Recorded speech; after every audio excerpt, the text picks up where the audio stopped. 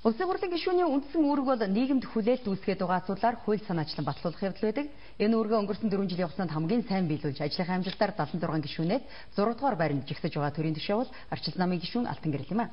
Тэрээр энэ удаагийн сонгуульд Дорн таймгаа хөгжүүлэх 6 багц хөтөлбөрөө иргэд сонгогчдод танилцуулж байна. Арчилсан намаас Дорн таймагт нэр дэвшиж байгаа Алтан гэрэл нь улсын хурлын гишүүнээр өнгөрсөн 4 жилийн хугацаанд ажиллахдаа нийтдээ 13 хуулийн төслийг өөрөө санаачлан их хурлаар батлуулжээ. Мөн 19 хуулийн төслийг бусад гишүүдтэйгээ хамтран батлуулж чадсан байна. Түүний батлуулсан хуулиудаас дөрөвдөл малчтай амьдрал авахд хамгийн их ач тусаа өгч байгаа Монгол мад хөтөлбөр хөдөө аж ахуйн гаралтай бараа бүтээгдэхүүний биржийн тухай хуулийг нэрлэж болно.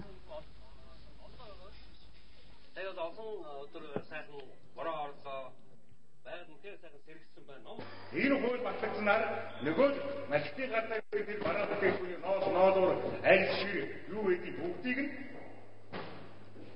одоо нэг одоо зах зээлийг дуудны үнээр зарж борлуулж үн төрөл ийм одоо анхаарчны алхам тавьж байгаа юм.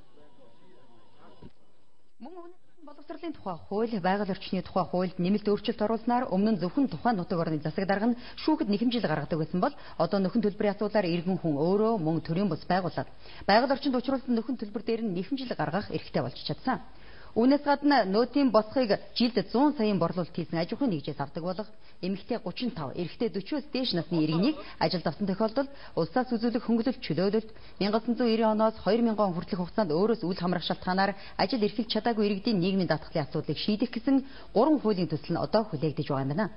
Улсын хурлын сонгуульд Арчилсан намаас нэр дэвшиж байгаа Алтан гэрэл мөнх цэцэг нар нь Дорн таймгаа хөгжүүлэх хөтөлбөрөөр танилцуулж байна.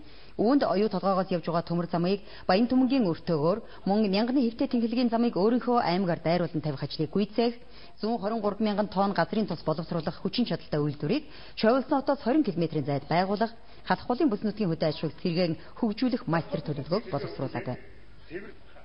Цэвэр сүүгээр, цэвэр зөвгийн болоод, цэвэр үр тариагаар, цэвэр төмсөөр, цэвэр буурийн засаар Монголоо хангаа цаашдаа зүү хойд Азийг хангамаар байна. Энэ халахгүй бүс нутгийн хөдөө аж ахуй сэргээ хөгжүүлэхийг дагаад маш олон одоо хөдөө аж ахуйн мэргэжилтэд ажиллаж инженерүүд бий болно. Газрын тосны үйлдвэр дээр гэвтэл 300 инженер техникийн ажилтан хэрэгтэй болох бол халах голын хөдөө аж ахуйг тусгай төлөвлөгөөгөөр хөгжүүлснээр маш олон ажлын байр шинээр бий болно гэж үзэж байна. Үүнээс гадна Дорн таймгийг аялал жуулчлалын бүс болгох, багш хөтөлбөрийг шинээр боловсруулж, эдгээр асуудлыг намынхаа энэ удаагийн сонгуулийн мөрийн хөлбөр тусгаснаа иргэдтэй хийсэн уулзалтан дээр танилцуулж байлаа. Дорн таймгийнхан түүнийг хий хоосон амлдаг бус, хэлснэг хэрэгжүүлдэг, нутгийн иргэдийнхээ дуу хоолойг төр түргэх үүргээ сайн биелүүлдэг төрийн түвшээ хэмээн үнэлж байдгаа уулзалтын үеэр хэлж ирсэн юм а.